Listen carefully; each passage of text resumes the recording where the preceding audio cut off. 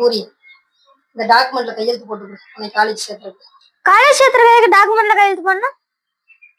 இல்லடா, காலேஜ் சேர்த்தணும்லடா, அதுக்கு இந்த டாக்குமெண்ட்ல கையெழுத்து போட்டீங்கன்னா தானே காலேஜ்ல கொண்டு போய் நான் சேர்த்துவேன். அப்படி இல்லாம டாக்குமெண்ட்ல கையெழுத்து வாங்குவாங்க? இது நான் ரெடி பண்ணியிருக்கேன் டாக்குமெண்ட்.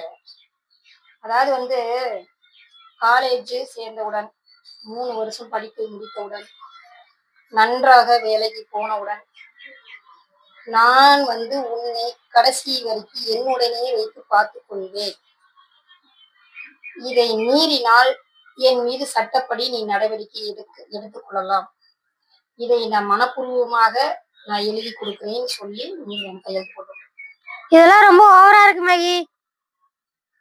நீ பாட்டுக்கு நான் படிக்க வச்சோன்னே நீ பாட்டுக்கு டாட்டா காமிச்சிட்டு போயிட்டு நான் என்னடா பண்றது? நான் உனக்கு கடன் வாங்கி 3 வருஷம் படிக்க வைப்பேன். அதுக்கப்புறம் நீ என்னை டாட்டா காமிச்சிட்டு போயிட்டீங்கன்றது. அதனால இதெல்லாம் எச்சரிக்கையை நான் இப்போ வாங்கிட்டுன்னு வச்சுக்குவேன். எனக்கு சேஃப்டி வேணும்ல உன்னை படிக்க வைக்கிறதுக்கு. அதனால என்னையே நான் யாரையும் நம்ப தயாரா இல்லை. அதனால டாக்குமெண்ட்ல போட்டா கையெழுத்து போட்டா நான் காலேஜ் சேர்த்துறேன், இல்லைன்னா சேர்த்துல அது உன்னோட இருக்கும். சரி, கையெழுத்து போட்டு கொடுத்துறேன். கையெழுத்து போட்டு கொடுத்துறியா?